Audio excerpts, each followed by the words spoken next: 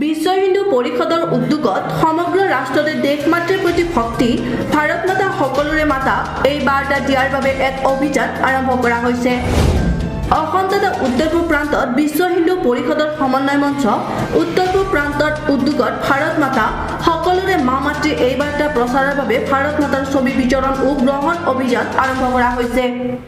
আজি মুখ্যমন্ত্ৰী সৰ্বানন্দ সোণোৱালক ভাৰত মাতাৰ ছবি প্ৰদান কৰি গুৱাহাটীত অভিযান আৰম্ভ কৰা হয়। সমন্বয় মঞ্চ উত্তৰ পূব ক্ষেত্ৰৰ সংযোজক কৃষ্ণ কুমাৰ সিং, প্ৰান্তীয় সম্পাদক পল্লৱ পৰাশৰ, সহ সম্পাদক বিধান চন্দ্ৰ দেৱ ৰয়, প্ৰান্ত সেৱা প্ৰমুখ দিবাকৰ বৰা আৰু প্ৰান্ত সম্পৰ্ক প্ৰমুখ অৰূপ কুমাৰ লহকৰে অংশগ্ৰহণ কৰে। আধা ঘণ্টা জুৰি মুখ্যমন্ত্ৰীগৰাকীৰ লগত দলটোৱে আলোচনাত মিলিত হৈ দেশব্যাপী চলা অভিযানৰ অগ্ৰগতিৰ বিষয়ে অৱগত কৰে। লগতে মুখ্যমন্ত্ৰীগৰাকীয়ে আত্মনিৰ্ভৰশীল ভাৰত উৎকৃষ্ট ভাৰত নিৰ্মাণৰ বাবে উত্তৰ পূব তথা অসমত কাৰ্যসূচী আৰম্ভ কৰা হৈছে বুলি দলটোক জানিবলৈ দিছে। ইয়াৰ জৰিয়তে চৰকাৰে সকলো সুবিধা সুযোগ প্ৰদান কৰাৰ আশ্বাস মুখ্যমন্ত্ৰীগৰাকীয়ে প্ৰদান কৰে।